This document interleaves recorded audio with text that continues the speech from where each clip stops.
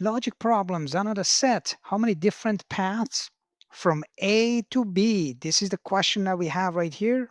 And the only movement that you can do is right and down. Okay, so from A to B. Well, let's go through it. You can do this systematically, or you just use logic. So we'll go to from this point here to this point here is just only one way to get there, and so is this way, and so is this way. So it's all one way.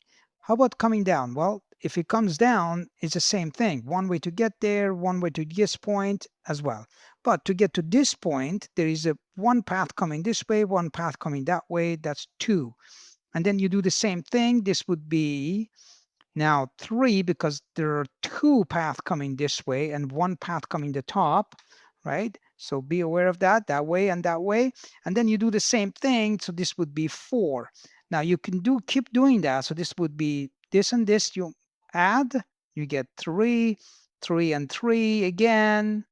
You get six because you have path coming in each one, and then 6 and 4 is 10 to this point right there. Now, right across, there are all 10 ways to get to the end point there, and 10 and 10 coming down to this point there. But we can find out what this point is. Was 10 and 10, that's 20.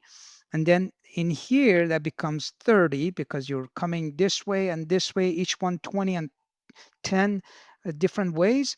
And then to this point right here, you have to do the math on that one. So this one is 10 again, but to this point here is 20. And to this point here, 30 coming from the left, 10 coming from the top, that's 40. So B is 60. So the total number is 60 ways. Another question, a boardwalk ramp rises 1.2 meters over a horizontal distance of 6 meters. A second ramp rises 1.8 meters but must have the same slope. And the question is, how long must the second ramp be? It's probably a wheelchair ramp. That's what that is. Okay, so what is it says rise is 1.2 and the horizontal distance is 6. So the slope is rise divided by run. That's the ratio, right? So 1.2 meters divided by 6.0 meters, and that would be 0.2 meters, right? So that's the slope right here. That's the slope is 0.2 meters. Now we're going to look at the second ramp. For the second ramp, we have 0.2 meters. That's the slope because it's the same slope. But the rise is 1.8 meters, but we don't know what the run is. Let's call that x.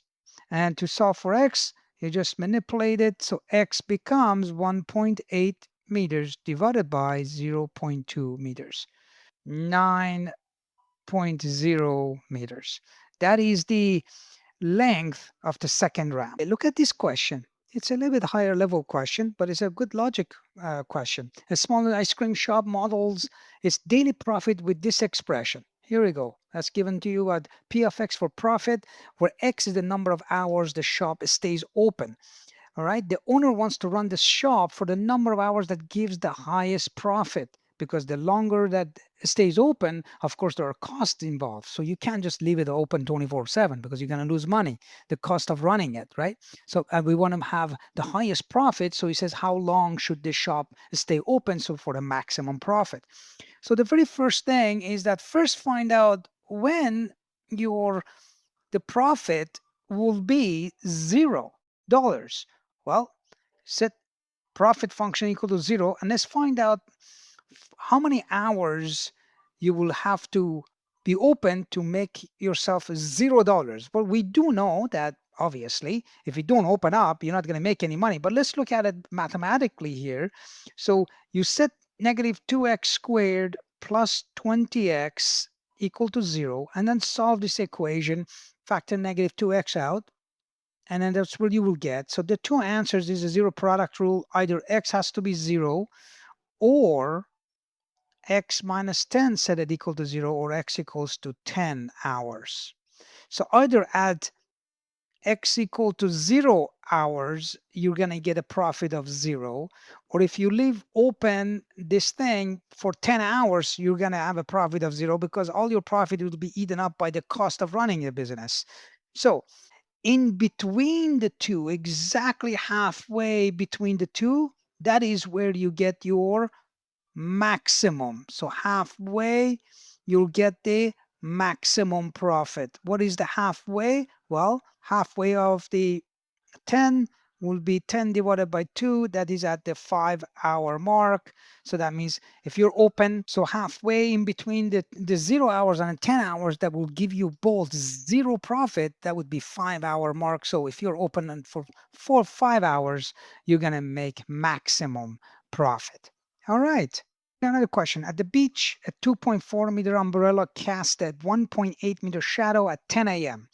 At nearby signpost cast a 3.75-meter shadow at the same time. How tall is the signpost? Well, this is what we're going to use a similar triangle or proportional reasoning on this one, right?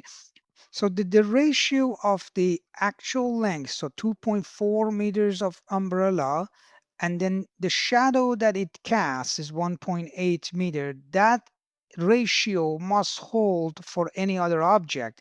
So that means that now we want to find out what is the, the, the length of the signpost where it casts a shadow of 3.75 meters. Notice that this one, 1.8 meters, that's the shadow. So we put in a denominator, and so is this one, 3.75 meters, a shadow. Now, you could flip that. You could write this as 1.8 meters shadow over the actual length, 2.4 meters. But if you do that, you got to do the same thing to the other side as well. Either one of these ways will work. They're both the same. Your idea is you have to go ahead and solve for x, and in this case you cross multiply and divide by the odd man out. So whichever you do doesn't really matter. Multiply these two and then divide by 1.8, and what you will get is 5.0 meters. That's the length of the signpost. That's how tall it is. All right, that is it. Check out the next video in the series. Until next time.